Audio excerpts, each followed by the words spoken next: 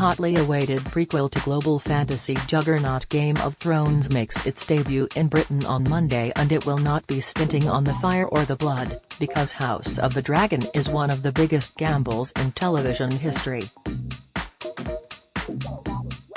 3 years have passed since we saw Jon Snow slaughter his mad dragon queen Daenerys Targaryen, bringing to a close the epic 8-season fantasy that won a record number of Emmy Awards and amassed a worldwide army of devoted fans.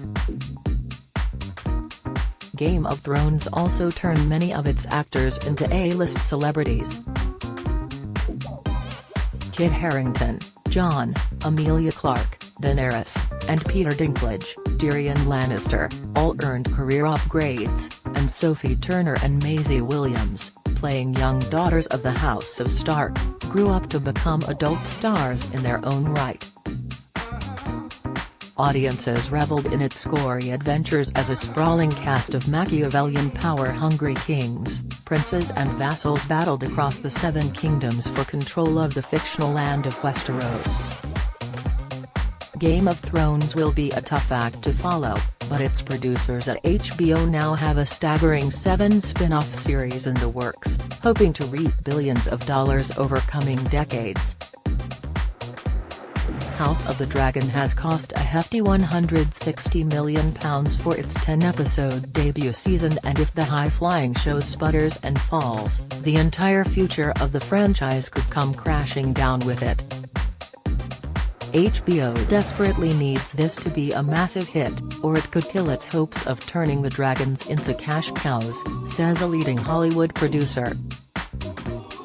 House of the Dragon takes audiences back almost 200 years before the events in Game of Thrones, showing how the blonde, brutal and borderline bonkers members of the House of Targaryen fought to control the Iron Throne amid scheming by the rival houses of Stark, Lannister, Valyrian, and Baratheon.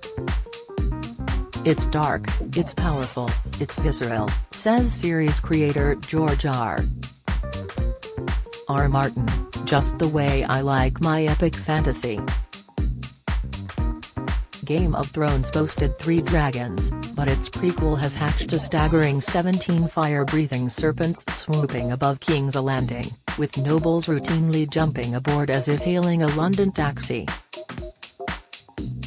There are sword fights, deadly jousts, deceit, debauchery and betrayals, along with the liberal sprinkling of love scenes that Westeros fans have came to expect. Matt Smith, who goes from playing a young Prince Philip in The Crown to starring as dragon-riding warrior Prince Daemon Targaryen, admits there is no lack of sex in the new series. Slightly too much, if you ask me, he recently told Rolling Stone magazine. You find yourself asking, do we really need another sex scene? The producers assured him, yeah, we do. They may be counting on the raunch and the romance in an upcoming ratings battle, because one of the dragon's biggest fights will be against a rival fantasy universe, the Lord of the Rings prequel series The Rings of Power. With an eye-watering budget of £400 million for its debut season, the Tolkien-based epic is the most expensive television series ever. And it kicks off on September 2nd. The Middle-earth saga has yet to prove that it can downsize from the big screen, while House of the Dragon takes flight without the 2 key writer-producers behind Game of Thrones, D. B. Weiss and David Benioff. Weiss explains that after 11 years living with Westeros we had reached the end of what made sense for us to be involved with. It just felt like, for us, it was time to move on. The prequel, streaming in the UK on Sky Atlantic and Now, is based on Martin's best-selling 2018 novel Fire and Blood, a history of the Targaryen clan focusing on a civil war known as the Dance of the Dragons.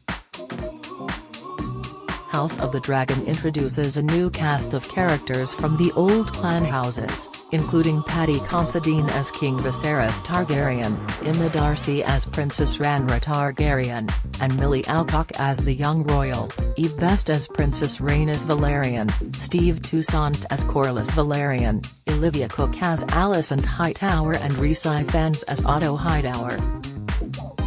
Alicent is married to King Viserys and wants the Iron Throne for her sons, while her stepdaughter Princess Rhaenyra is battling for the crown herself.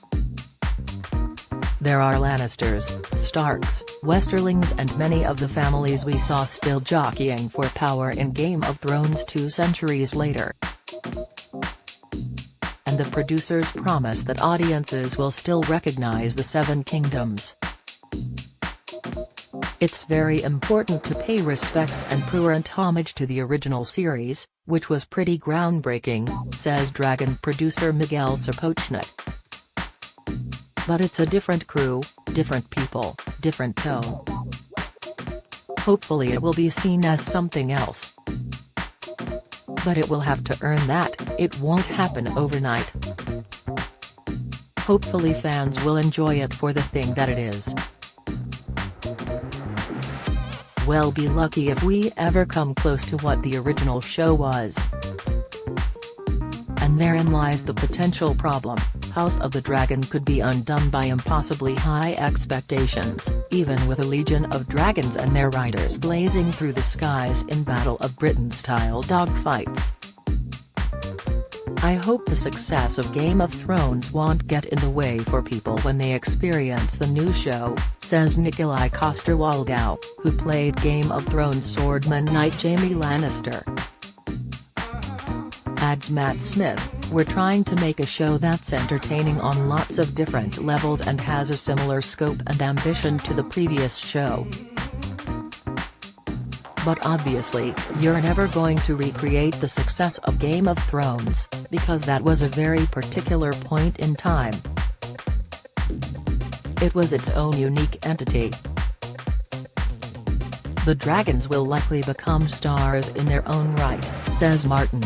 "They'll each have their own personalities, they'll be instantly recognizable.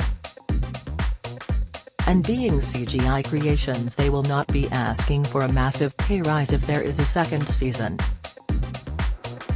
But expect many of your favorite dragons to crash and burn as the Civil War eliminates them one by one, until they are thought extinct, except for the 3 scaly dragon eggs that Daenerys Targaryen inherits 2 centuries later." George R.R. Martin is already a fan of the new series his books spawned. "The look of it is great, and the acting, the directing and writing are first-rate," he says. "I am vastly impressed by the show's version of King Viserys, played by Paddy Considine, who gives the character a tragic majesty my books never quite achieved."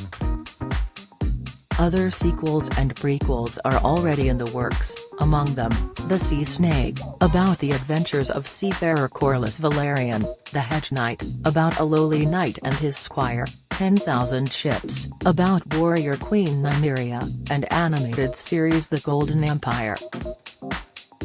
Yet one spin-off has already bitten the dust. HBO spent £24 million filming a pilot episode starring Naomi Watts and Miranda Richardson, before killing the project.